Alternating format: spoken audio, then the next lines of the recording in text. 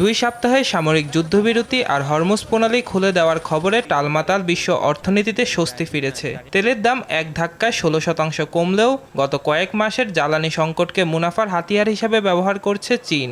বিশ্ববাজারে যখন হাহাকার, তখন নিজেদের কেনা গ্যাসই পুনরায় চড়া দামে বিক্রি করে রেকর্ড গড়েছে বেইজিং। তথ্য বলছে শুধু মার্চ মাসেই চীন রেকর্ড 10 কার্গো এলএনজি আন্তর্জাতিক বাজারে ছেড়েছে। চলতি বছর এখন পর্যন্ত 1.31 মিলিয়ন মেট্রিক টন গ্যাস বিক্রি করেছে তারা। এই চড়া দামে গ্যাস কিনছে দক্ষিণ কোরিয়া, থাইল্যান্ড ও জাপানের মতো দেশগুলো। মূলত অভ্যন্তরীণ চাহিদা কম থাকায় এই বিশাল মজুদ এখন বিশ্ববাজারে ছেড়ে মুনাফা লুটছে চীন।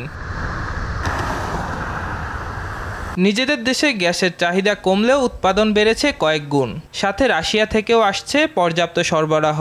যুদ্ধবিরতির খবরে বিশ্ববাজারে তেলের দাম ব্যারেল প্রতি $92 নামলেও এলএনজির বাজারে চীনের দাপট কমেনি। তেলের সংকট ঠেকাতে বেইজিং রপ্তানি নিষিদ্ধ করলেও এলএনজির ক্ষেত্রে ঠিক উল্টো পথে হাঁটছে।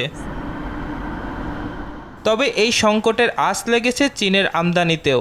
ইরানের হামলায় বড় সরবরাহকারী কাতারের গ্যাস স্থাপনা ক্ষতিগ্রস্ত হওয়ায় চীনের নিজস্ব আমদানি গত 6 বছরের মধ্যে সর্বনিম্ন। কিন্তু তাতে বেইজিংয়ের খুব একটা ক্ষতি হয়নি, বরং বিশাল মজুদ দিয়ে তারা একদিকে নিজেদের চাহিদা মেটাচ্ছে, অন্যদিকে চড়া দামে বাইরে বিক্রি করছে।